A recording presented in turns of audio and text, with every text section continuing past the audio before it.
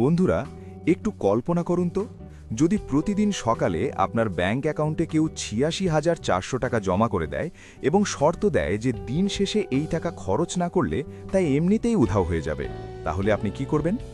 আপনি কি ১ টাকাও নষ্ট হতে দেবেন? নিশ্চয়ই না। আপনি প্রতিটি পয়সার হিসাব রাখবেন এবং সেটা কাজে লাগানোর চেষ্টা করবেন। কিন্তু বাস্তবে আমরা প্রতিদিন এর চেয়েও দামি একটা জিনিস অকাতরে নষ্ট করছি, আর সেটা হলো আমাদের সময়। প্রতিদিন প্রকৃতি আমাদের ২৪ ঘন্টা বা ৮৬,৪০০ সেকেন্ড একদম ফ্রিতে দিচ্ছে, কিন্তু আমরা তার সঠিক ব্যবহার জানি না। আজকের এই ভিডিওতে আমরা শিখব কিভাবে এই ২৪ ঘন্টায় বদলে ফেলুন জীবন, এবং সময়ের সঠিক ব্যবহারের সেই জাদুকরী উপায়গুলো জানব যা আর্নল্ড বেনেট তার বিখ্যাত বইয়ে শিখিয়েছেন। চলুন জীবনের এই নতুন যাত্রা শুরু করি। আমাদের সবার একটা কমন অভিযোগ হলো হাতে একদম সময় নেই, দিন শুরু হতে না হতেই শেষ হয়ে যায়। অফিস, কাজ, সংসার সব মিলিয়ে আমরা যেন একটা যন্ত্রের মতো দৌড়াচ্ছি। কিন্তু মজার ব্যাপার হলো, এই পৃথিবীতে আমার মতো আমি, রাষ্ট্রপতি বা একজন সাধারণ শ্রমিক, সবার জন্যই দিনটি ঠিক ২৪ ঘন্টার। এখানে কোনো ধনী গরিবের পার্থক্য নেই। কেউ চাইলেই ১ মিনিট সময় কিনতে পারে না, আবার কেউ চাইলেই ১ সেকেন্ড সময় চুরি করতে পারে না। সময় হলো পৃথিবীর সবচেয়ে নিরপেক্ষ সম্পদ, অথচ এই সম্পদটিকেই আমরা সবচেয়ে বেশি অবহেলা করি। আর্নল্ড বেনেট তার how to live on 24 hours a day বইটিতে খুব চমৎকার একটি কথা বলেছেন। তিনি বলেছেন, আমরা অধিকাংশ মানুষ কেবল টিকে থাকার জন্য কাজ করি, কিন্তু বাঁচার জন্য সময় রাখি না। আমাদের দিনটি শুরু হয় ঘুম থেকে ওঠার পর তাড়াহুড়ো করে অফিসের জন্য তৈরি হওয়া দিয়ে, আর শেষ হয় ক্লান্ত হয়ে বাড়ি ফিরে টিভি বা মোবাইল দেখে। মাঝখানের এই সময়টা আমরা অন্যের জন্য বা প্রয়োজনের তাগিদে ব্যয় করি। তাহলে নিজের জন্য সময় কোথায়? আমাদের প্রথম লক্ষ্য হওয়া উচিত নিজ সীমা ছাড়িয়ে যাওয়ার আকাঙ্ক্ষা তৈরি করা। প্রতিদিনের এই একঘেয়ে রুটিনের বাইরে গিয়ে অন্তত ১ ঘন্টা সময় বের করা। হয়তো আপনি ভাবছেন, সারাদিন কাজ করে তো আমি ক্লান্ত, আবার নতুন কিছু করার শক্তি কোথায়? কিন্তু বন্ধুরা, সত্যি বলতে কি, আমরা কাজের চাপে ক্লান্ত হই না, আমরা ক্লান্ত হই একঘেয়েমিতে। যদি আপনি প্রতিদিন নিজের পছন্দের কোনো কাজ বা নিজের উন্নতির জন্য মাত্র ১ ঘন্টা সময় দেন, দেখবেন আপনার ভেতরের জীবনী শক্তি অনেক গুণ বেড়ে গেছে। এখানে একটি বাস্তব উদাহরণ দেওয়া যাক। ১৯৪৫ সালে যখন হিরোশিমায় পারমাণবিক বোমা ফেলা হলো, তখন চারিদিকে শুধু ধ্বংসস্তূপ। সেই ধ্বংসের মাঝে মেসাও ইশিদা নামে এক তরুণী বেঁচে গিয়েছিলেন। তার সব শেষ হয়ে গিয়েছিল, কিন্তু তিনি হাল ছাড়েননি।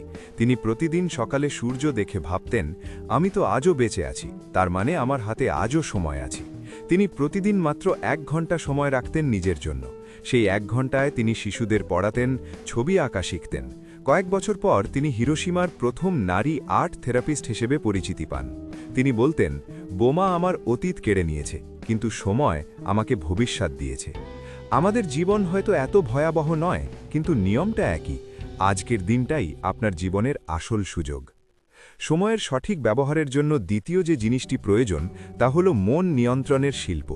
আমাদের মস্তিষ্কে প্রতিদিন প্রায় ৬০,০০০ চিন্তা ঘরে। এর বেশিরভাগই হল অতীতের আফসোস বা ভবিষ্যতের ভয়। আমরা যখন আয়নার সামনে দাঁড়াই, আমাদের শরীর সেখানে থাকলেও মন থাকে অন্য কোথাও।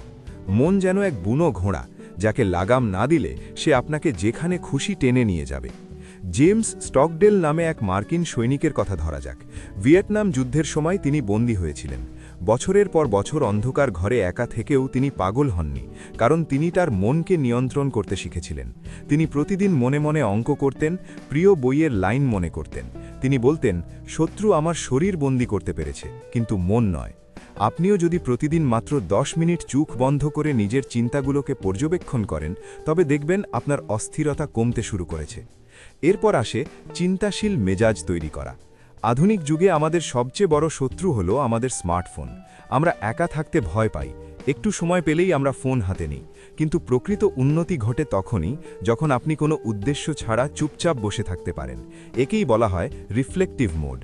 ফরাসি দার্শনিক ব্লেজ প্যাস্কেল বলেছিলেন, মানুষের সব দুঃখের মূল কারণ হল সে একা একটি ঘরে শান্ত হয়ে বসে থাকতে পারে না। প্রতিদিন রাতে ঘুমানোর আগে বা ভোরে ঘুম থেকে উঠে কিছুক্ষণ নিজের সাথে কথা বলুন। নিজেকে প্রশ্ন করুন, আমি আজ কি শিখলাম, আমি কোথায় ভুল করেছি। এই নীরবতাই আপনার জীবনের সবচেয়ে বড় শিক্ষক হয়ে উঠবে। আরেকটি গুরুত্বপূর্ণ অভ্যাস হল গভীর পাঠ। আমরা সারাদিন নিউজ ফিড স্ক্রল করি, অনেক কিছু পড়ি, কিন্তু কিছুই মনে থাকে না। একে পড়া বলে না। গভীর পাঠ হল একটি চিন্তার মধ্যে ডুবে যাওয়া। আব্রাহাম লিঙ্কন স্কুলের গণ্ডি পার করতে পারেননি, কিন্তু তিনি আগুনের আলোয় বই পড়তেন। তিনি বইকে মনে করতেন অন্য এক জগৎ। আপনি যখন একটি ভালো বই পড়েন, তখন আপনি আসলে সেই লেখকের অভিজ্ঞতার ভাগিদার হন। প্রতিদিন অন্তত 30 মিনিট এমন কিছু পড়ুন যা আপনাকে ভাবতে বাধ্য করে। সেটা হতে পারে দর্শন, ইতিহাস বা কোনো অনুপ্রেরণামূলক জীবনী। বই আপনাকে শেখাবে কিভাবে পৃথিবীর সীমানা ছাড়িয়ে আকাশকে ছুঁতে হয়। তবে এই পথে চলতে গেলে কিছু বিপদের ব্যাপারে সতর্ক থাকতে হবে। প্রথম বিপদ হল অহংকার। আপনি যখন নিজের সময়ের সঠিক ব্যবহার শুরু করবেন, তখন আপনার মনে হতে পারে আপনি অন্যদের চেয়ে ভালো। এই ধারণাটিই আপনাকে থামিয়ে দেবে। দ্বিতীয় বিপদ হল অতি পরিকল্পনা। অনেকে প্রতি মিনিটে রুটিন তৈরি করেন এবং তা পালন করতে না পারলে হতাশ হয়ে পড়েন। মনে রাখবেন, সময়কে শাসন করা মানে তাকে বেঁধে ফেলা নয়, বরং সময়ের সাথে বন্ধুত্ব করা। আর তৃতীয় বিপদ হল ধৈর্যহীনতা। একদিনেই সব বদলে যাবে না। সময় যেমন মাটিতে বীজ ফেলার পর চারা গজাতে সময় নেয়, আপনার পরিবর্তনের ফল পেতেও সময় লাগবে। বন্ধুরা, জীবনের আসল মূল্য টাকার অঙ্কে নয়, বরং আমরা কতটা সচেতনভাবে আমাদের সময়কে ব্যয় করছি তার উপর নির্ভর করে। আপনি যদি আজ নিজের সময়ের মালিক হতে পারেন, তবে কাল আপনি নিজের ভাগ্যের মালিক হবেন। প্রতিটি সূর্যোদয় আপনার জন্য একটি নতুন জন্মের মতো। তাই আজ রাত থেকেই প্রতিজ্ঞা করুন, কাল সকাল থেকে আপনি আর সময়ের পেছনে দৌড়াবেন না, বরং সময় আপনার সাথে চলবে। ভিডিওটি যদি আপনাদের ভালো লেগে থাকে এবং মনে হয় এটি আপনার জীবন দর্শনে কিছুটা হলেও পরিবর্তন আনতে পেরেছে, তবে অবশ্যই লাইক দেবেন। আপনার বন্ধুদের সাথে শেয়ার করুন, যাতে তারাও সময়ের এই জাদুকরী রহস্য জানতে পারে। আর এই ধরনের জীবনমুখী এবং অনুপ্রেরণামূলক গল্প আরও শুনতে চাইলে আমাদের চ্যানেলটি সাবস্ক্রাইব করে পাশেই থাকুন।